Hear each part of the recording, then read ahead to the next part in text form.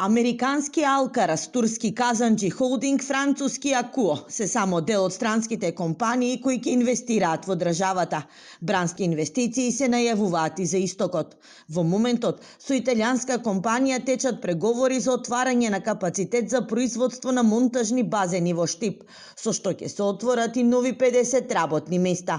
Од утре пак со работа во штипската тир зона ќе стартува и производниот капацитет на канадската фабрика Магна, инвестиција за производство на електронски компоненти, наменети за автомобилската индустрија. Ќе отпочне со работа фабриката, производниот капацитет на Магна, странски инвеститор во Штип, со нови 500-600 вработени, добро платени вработени и со инвестиција која што беше околу 45-50 милиони евра.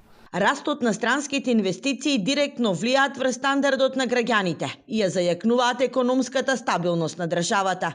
Вчера премиерот посочи дека во моментот во процес на преговори и разговори се со 15 на странски инвеститори.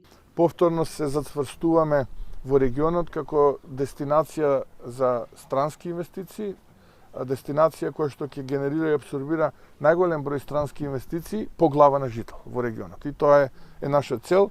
За 24-та тоа го реализиравме. Имаме слична цел и во 25.